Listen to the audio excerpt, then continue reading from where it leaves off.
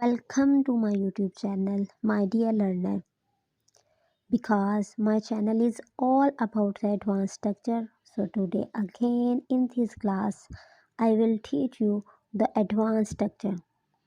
जो आज की क्लास है वो बहुत इंटरेस्टिंग है।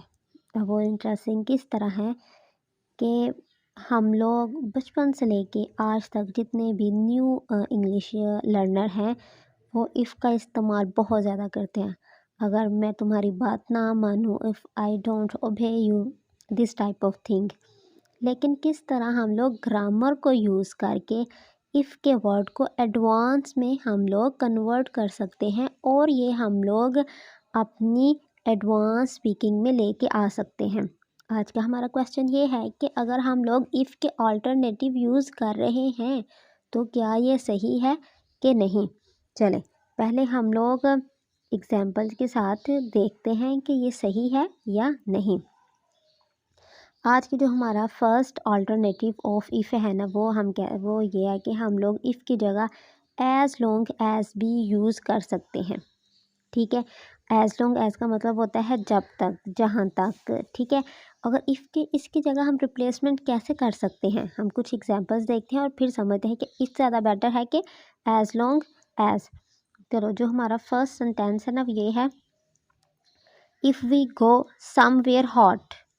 ठीक है ना, कहते हैं कि ऐसी जगह पे हम लोग जाएं जहाँ गर्मी है। आई will not travel with you. ठीक है, वो एक शर्त रख रही है कि अगर तुम ऐसी जगह पे जाओगे जहाँ बहुत ज़्यादा गर्मी होगी तो भाई मैं तो तुम्हारे साथ जाने वाली नहीं हूँ।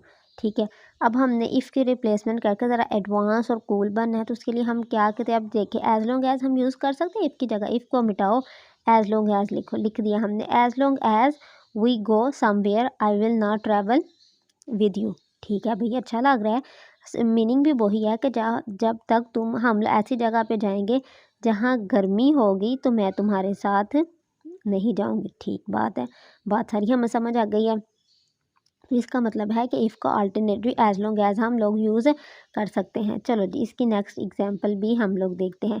She usually can't be force to go on vacation. कहते हैं आमतौर पे हम लोग उसे फोर्स नहीं कर सकते वेकेशन पे जाए। As long as she can work. अच्छा लग रहा है, as long as she can work, जब तक वो काम कर सकती है।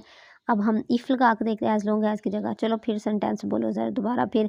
She usually can't be forced to go on vacation if she can work.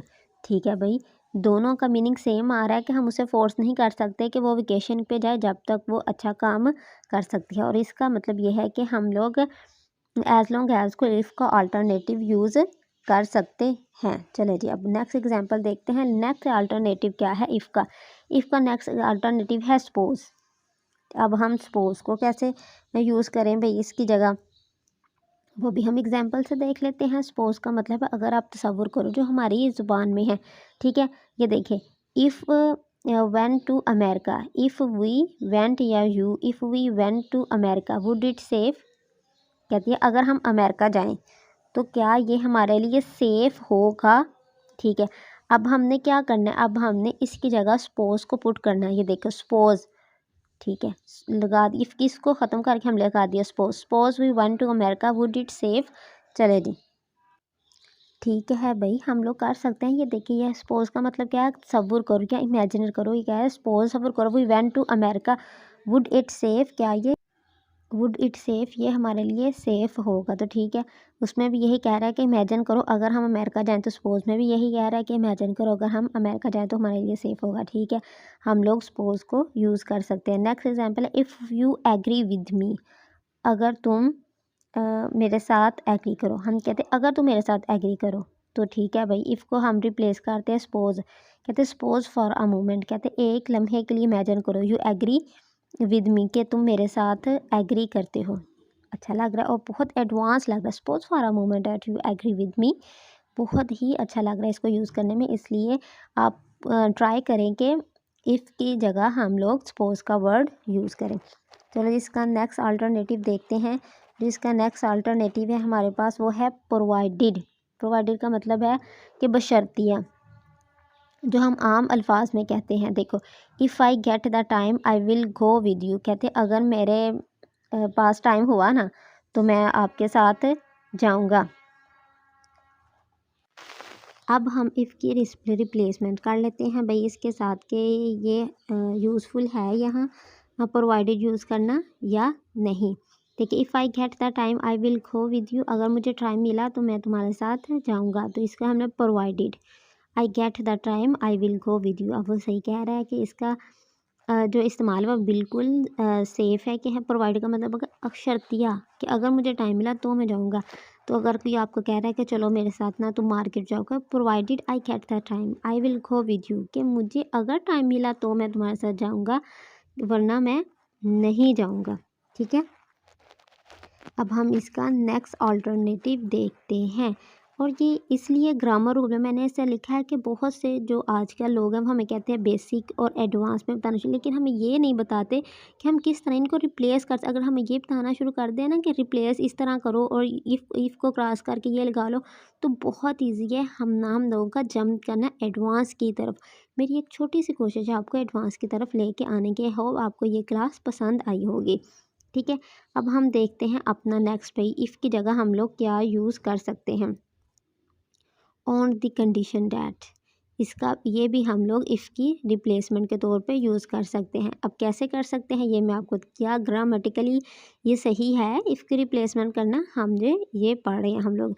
If we पे कहते हैं अगर मैं अगर तुम पे करोगे, आई कैन वर्क ऑन हॉलीडे, मैं हॉलीडे पे काम कर दूंगा। ठीक है, वो कह रहा है कि अगर तुम पे करोगे, एक शर्त है कि मैं काम कर दूंगा। ऑन द कंडीशन डैट, कितना कूल लगा है ना, on the condition that you pay I can work on holiday. कहते हैं कि इसी कंडीशन पे मैं काम कर सकता हूँ कि तुम मुझे पे करो तो मैं हॉलीडे पे काम कर सकता हूँ। ये बहुत ही परफेक्ट है ये वाला, इसकी जगह यूज़ करना।